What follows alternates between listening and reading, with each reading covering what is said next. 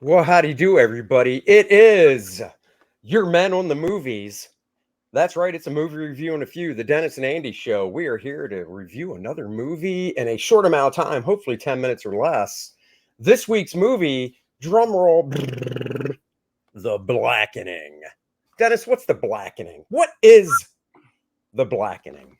The Blackening. It's a very concise short film, 1 hour and 37 minutes long, about seven black friends that go away for the weekend that wind up being trapped in a cabin out in the woods with the A killer cabin in the woods who with has a black people. vendetta. That's right. Wow. Will their street smarts and knowledge of horror movies help them stay alive? The original title was actually called "We Can't All Die First," and then they changed it to The Blackening, which I think was very good. It is directed by Tim Story, writers of Tracy Oliver and Dwayne Perkins, and Dwayne, of course, plays Dwayne in the movie. Yes. I'll give it this. I'm glad that I didn't know that about the title. I'm glad they changed it. The other one was just too long and didn't. I mean, I guess if it went with the image of the movie poster, you'd get it. But I think The Blackening is a better title. It's actually kind of intriguing because you're like, "Ooh, what's that about?" The other one, you're just kind of like, "Oh." And yeah, it's my daughter went to see it. She's not a horror movie fan, but this is a comedy horror movie. It is rated R, but believe it or not, it's really rated R for the language. When it comes to the violence in the movie and the ways the killer kills people, not that violent. It's definitely nothing like a Friday the 13th or Halloween in regards to violence. There's actually very little bloodshed in this movie. It definitely is more character driven with the seven friends. They're getting together for a 10-year college reunion, not high school, at a cabin in the woods. Dietrich Bader is in it. You know him from the Drew Carey show. He was in, oh my God, and now I'm blanking on the name of it, but it was a comedy. Oh, American Housewife, I believe was the name of it. He played the husband in that, and he has voiced Batman. He is a fantastic comedic actor. He plays, believe it or not, a guy named Officer White. White. Ranger Way. White. Um, they definitely poke fun at uh, white people, of course, but they do poke fun at themselves as black people in the movie, which I thought was nice because you don't want to go into a movie like this and think, or you don't want to see a movie like this and think, oh my God, is this whole movie just going to be all right? Let's beat up on white people, and they didn't do that. Yeah, it's definitely not just a racial. It's not a racial justice movie or anything. And I know I heard some people talking about it. It really wasn't. But if you took the tropes in all horror movies, the black person is always the first one to die. And like I said, the original title, "We Can't All Die First," is kind of funny because it was literally an entire cast of black people. But if you took Scary Movie, Cabin in the Woods, and you smashed them together with all the tropes that are in black culture, that is literally what this movie is. They start going through, what Juneteenth is, because it takes place on that.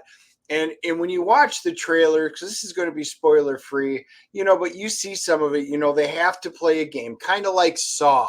We're here to play a game, and you need to answer these trivia questions. And they have some good trivia questions that are kind of funny. I even knew the answers to some of You them. did. It was kind of funny. But one of them was, like for the Black National Anthem, you have to be able to sing the second verse of it, and the reactions to everybody, and watching the TV show Friends. What happens here? And Well, it's going great. going back to the Black National Anthem one, what was funny about it is you've got these seven characters and they're all looking at each other like, come on, you got to know it. And one person did, but what they actually knew better was, oh, wasn't it O'Reilly Auto Parts? Yes, auto. Yes, they actually, now this is a giveaway for this one joke, but it was funny because they're thinking they've got like they don't have a lot of time to come up with the answers when they're playing the game, and literally they all knew O'Reilly Auto Parts. And, they're just poking fun. And that is what I thought was so nice about this movie. There's actually more scenes in the movie of the actors interacting with themselves, as the movie goes on and they're trying to, escape this killer and play this game and stuff, than there actually are of the killer interacting with them. There is here's one of the things I thought was actually kind of cool is the movie wasn't packed. Now that's not it. It's the fact that Dennis, myself, and my daughter were there, and I'd say there were probably about 10 to 12 other people there. Now, what I find kind of refreshing in a way is it was it was majority black people going to see the movie, but I was paying attention at stuff I laughed at and they laughed at, and I gotta tell you, we all laughed at the same stuff. That's Yeah. the thing. The movie literally isn't just made for A or B. It's made for everyone that has a freaking sense of humor. We all laughed at the same jokes throughout the movie. There wasn't one time in that movie we laughed, Dennis, Courtney, and myself, and nobody else did, and vice versa. You know, uh, And one thing that they did do in the audience, and I love it when movies do this, there was audience participation. One guy was kept, and he's laughing, and he's clapping up there and stuff. And I love the fact that the audience wasn't afraid to laugh at the funny parts, cheer at things, wince at certain things that, were said or done. And I love that in a movie, and that's exactly what happened with well, and it. the other thing they did too is they did play stereotypes with the Yeah, 7 people, and the thing is that's okay. Stereotypes are okay. There's a reason there are stereotypes. They're not a bad thing.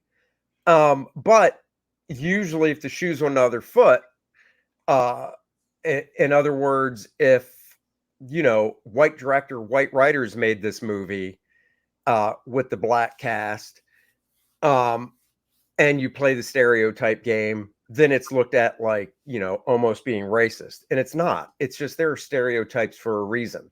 To take race out of it, if, the jock, it doesn't matter what race you are, you can stereotype acting as a jock, a big dumb jock. I mean, that's a stereotype. So we got to break down the I, story a little bit in terms of its production value. So the one okay. thing, that this movie didn't have a lot of, the story itself is very minuscule, very small. Um, It's there's not a lot of plot. The entire movie is basically character driven / character interaction driven is really what it is. yeah. It's a bunch of friends that get together. The entire beginning, first act, is nothing but setup, setup, setup. And it's their friends getting together. They have some built-in tension, which is, they set that up very nicely. It's a little slow, but you need that in order to get the personalities of all the different players.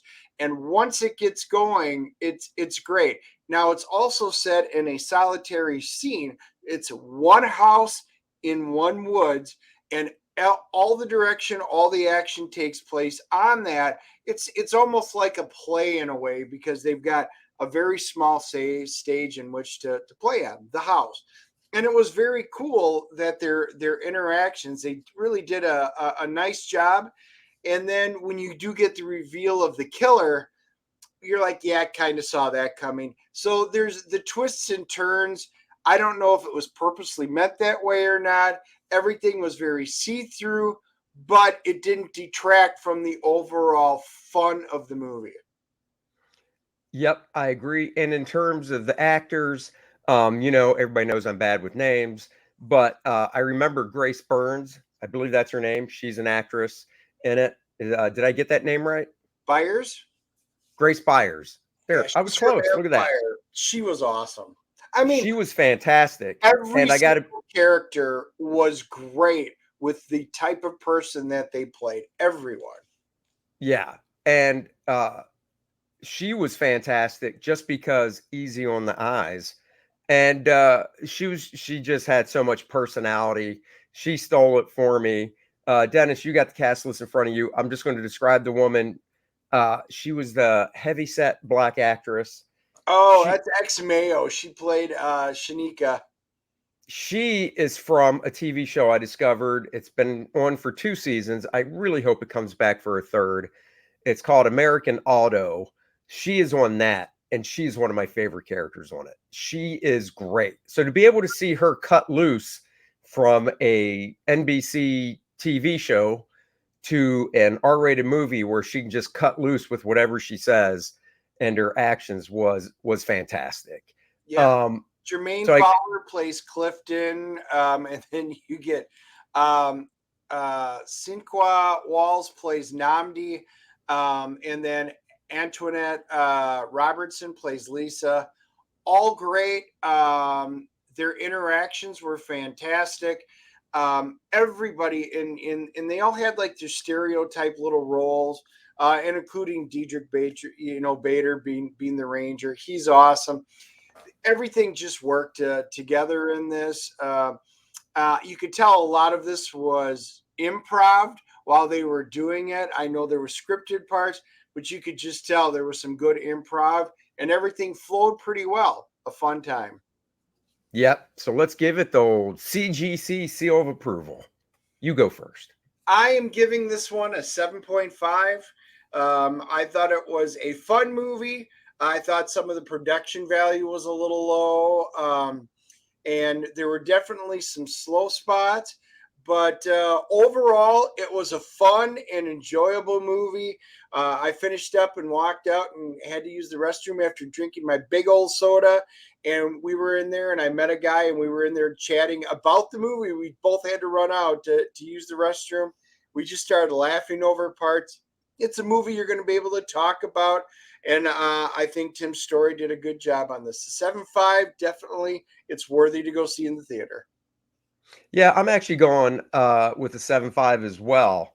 I don't think it was slow in any parts, but I just thought it was a really well done movie. And production value wise, yeah, there were a couple scenes you're like, that's a set, but I mean that's obvious. I mean, that's picky. I think if you're looking for a fun, short comedy that isn't politically correct and any no agenda behind it and stuff, I think this movie's for you. I think you will enjoy it. So go check that out. The What do we rate, got for audience, Rotten Tomato, all that fun stuff? so IMDb is giving it a 6.5 average Losers. rating.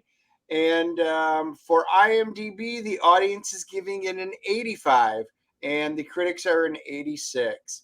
So, There 6.5, you go. 5, and then average them out. I guess that's a 7.5. So we're kind of right there with the overall audience. And yeah, go see it. 10.0 for Kor-Drath the Reckoning, though. Look at that. I snapped a rhyme, kind of like my boy Frega Boom, who does it all the time. Ho! Twice. Kor-Drath the Reckoning. We are getting close to the finish line on this bad boy, guys. Working on page 66.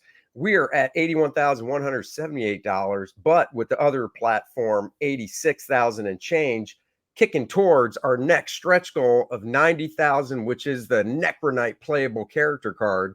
Playable character, what's that all about? Hold your horses, I'll tell you. It's 76 pages, square bound graphic novel, Kor-Drath the Reckoning, an exciting combination of Conan, Game of Thrones, and the magical wonder of Dungeons and Dragons. The best of two great genres, explore the incredible world of the Shattered Reach. Read the book and get ready to play the game. The graphic novel and SRD 5e gaming module make for a unique and awesome experience. Wow, it sure does. Kor-Drath's tribe is overrun by a legion of the undead. He comes back, finds the slaughter, and now he, with the sorceress Adriana, must avenge his tribe while trying to find out and unlock the mystery of who's behind it and what do they want. read the first savage 8 pages here, go over to Kor-Drath.com. Links are in the description below to read the first 11, because there might be one page that's a little saucy, if you know what I mean. Dennis does. He's the one that wrote it, so blame him. And we've got 5 different covers, 2 different t-shirts. To let you guys know, the t-shirts will be going to print and coming down around the end of July. Check it out, an oversized artist edition for you art lovers out there, so you can really see all the black and white in all its glory. Like I said, we've got a game module Dennis is doing, 24 pages, brand new story, fashioned in the old D&D type style. We've got a couple buddies play testing it to make sure this thing is going to be fun for everyone. So go check it out. Look at that throwback. Throwback ad is back, featuring the characters. It's a parody ad that Dennis wrote. So there you go, guys. And you know, Dennis is so in love with this project, he's speechless. I am. If I knew on a long drive all I had to do was get Dennis to shut up, was talk about Kor-Drath, well, I'd be doing this pitch like a broken record. I'd record it and just play it. Andy did that whole thing in a single breath. I did. All right. I did. Just back it, and then we will catch you later. Bye.